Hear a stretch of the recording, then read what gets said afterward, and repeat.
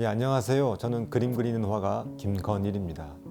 숲의 이미지를 기억과 마음으로 대변해서 그림을 그리고 있습니다. 기억은 영상처럼 계속 이어지는 그런 장면이 아니라 사진같이 파편화되거나 끊어져 있는 그런 이미지라고 생각을 하고 있습니다.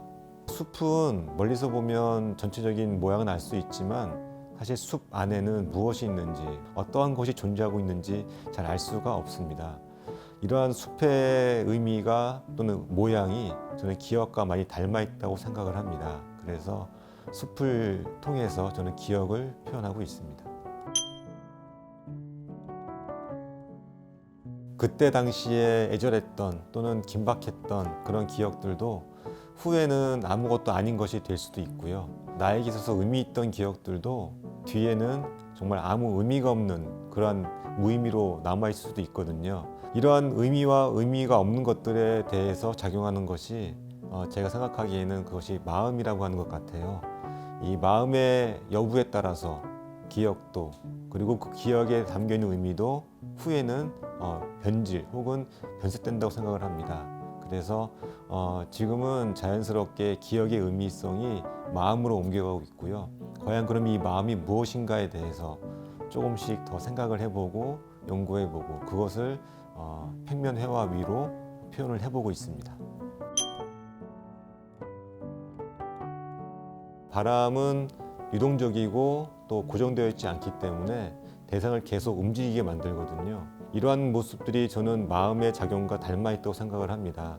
물에 비춰져 있는 숲, 물에 비춰진 풀들, 이러한 것들이 저에게 있어서는 반추의 의미인데요.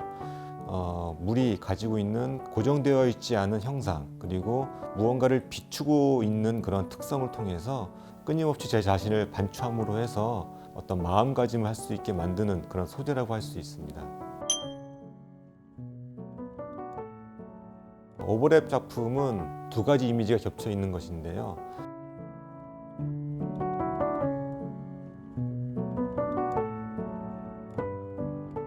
제가 1년 전에 한 장소에서 스케치를 하고 찍었던 사진이 있었는데 1년 뒤에 제가 같은 장소를 갔을 때 그 장소에는 전혀 다른 풀들이 자라고 있었습니다.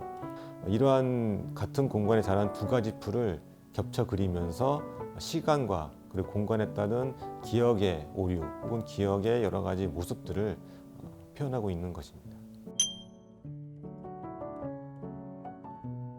네, 이번 메타 전시는 저에게 여러 가지 큰 의미들을 주는 전시인데요.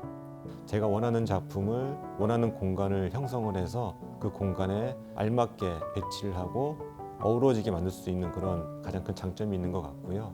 그간 했던 작품을 정리해 볼 수 있었고 앞으로 제가 어떤 작업을 하고 또 어떻게 전시를 하고 또 어떤 생각을 하게 될지 여러 가지 질문을 던지는 그런 중요한 전시가 될 것 같습니다.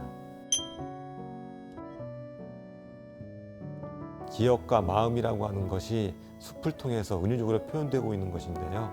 보시는 분들께서는 제가 의도하는 바라든가 또는 어떤 개념 이런 것들을 파악하기보다는 내가 바라보는 숲은 이런 숲이었구나 주관적으로 해석하시고 편하게 보시는 것을 진심으로 원하고 있고요. 서로의 어떤 생각의 다른 점 그리고 생각의 같은 점들을 소통하는 것이 제가 바라는 것들 중에 하나일 것입니다.